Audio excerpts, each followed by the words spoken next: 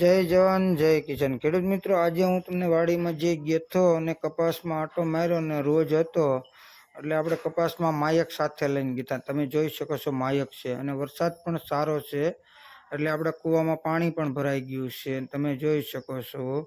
અને માયક આપણી સાથે છે, રોજ મને દેખાણો છે એટલે અત્યારે હું શેઢે જઈને તમને માયક બતાવું છું.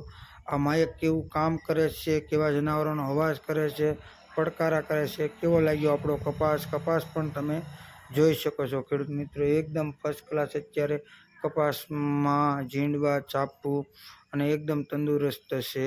અને ખેડૂત મિત્રો તમને ઘડીક પહેલાં જ તમને જે માયકની વાત કરી હતી, માયક તમને બતાવવાનો જ છો. તમે જોઈ શકો છો ફાલ પણ આપણો કેવો છે, ચાપા ઝીંડવું એટીએમ કપાસ કરેલો છે. અને રોજભાઈ થોડાક જ નજીકમાં છે, થોડાક જ ટાઈમની અંદર રોજભાઈનો વારો લેવાનો છે. અને હાવજના અને પડકારાના આપણે અવાજ આપવાના છે, રેકોર્ડિંગ કરેલું છે, અંદર મતલબમાં આવે જ છે એવો અવાજ, અને રેકોર્ડિંગ પણ આપણે કરી શકીએ છીએ. અને તમે જોઈજો આગળ આપણે જે હાવજના અવાજ જે અંદર માયકમાં જ આવે છે, અને માયકની અંદર મૂકેલો જ અવાજ આવે છે, જોઈ શકો છો કિસાન ભાઈઓ. માયક તમને બતાવ્યું અને કપાસ એકદમ તંદુરસ્ત છે. અને આજે વરાપ હતી એટલે મને એમ થયું કે હાલો આપણે આજે જઈએ અને ખેડૂત મિત્રોને 3 મહિનાનો કપાસ થયો છે, જો આપણું માયક કેવું લાગે.